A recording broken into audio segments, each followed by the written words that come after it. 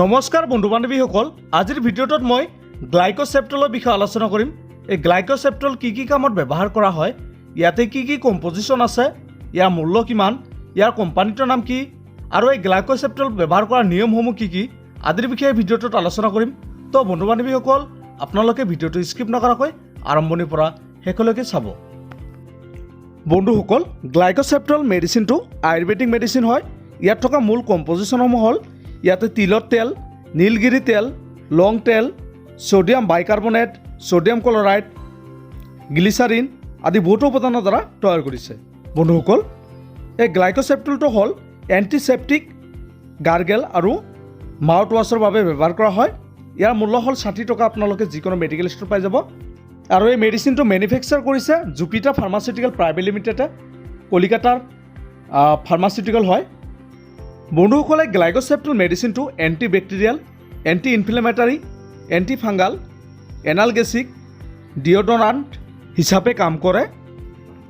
যদি কোনো ব্যক্তিৰ মাউথ ইনফেকশ্যন হয়, দাঁতৰ আলুৰ পৰা তেজ ওলায়, মুখ দুৰ্গন্ধ ওলায়, টনচিলৰ সমস্যা হয় আদি এনেকুৱা কণ্ডিশ্যনত এই মেডিচিনটো ব্যৱহাৰ কৰা হয়।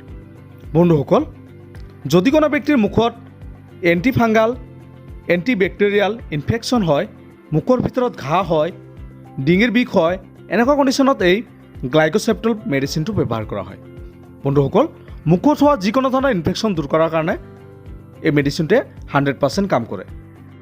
যদি কোনো ব্যক্তিৰ টনচিলৰ প্ৰব্লেম হয়, মুখত ঘাঁ হয়, দাঁতৰ আলুৰ পৰা তেজ ওলায়, নাইবা মুখত যিকোনো ধৰণৰ বেক্টেৰিয়েল ইনফেকশ্যন হওক, নাইবা এণ্টি ফাংগাল ইনফেকশ্যন হওক, আপোনালোকে 15 পৰা 20 ড্ৰপ লৈ কুহুমীয়া পানীৰ সৈতে মিক্স কৰি আধা কাপ পানী ল'ব।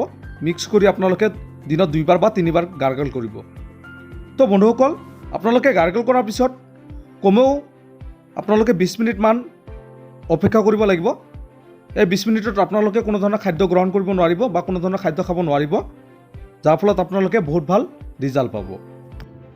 বন্ধুসকল, ইয়াৰ ভিতৰত এটা 15 ml বটল আছে, সৰু বটল আছে, আৰু এটা ড্ৰপাৰ আছে। আপোনালোকে ব্যৱহাৰ কৰক, নিশ্চয় আৰাম পাব। তো বন্ধু বান্ধৱীসকল, আজিৰ ভিডিঅ'টো ইমান আছিল। যদি ভিডিঅ'টো ভাল লাগে প্লিজ এটা লাইক কৰি দিব, আৰু এই গ্লাইকোসেপ্টল ইম্প্ৰুভ মেডিচিনটোৰ বিষয়ে অধিক জানিবৰ কাৰণে আপোনালোকে কমেণ্ট কৰি জনাই দিব পাৰে। ধন্যবাদ।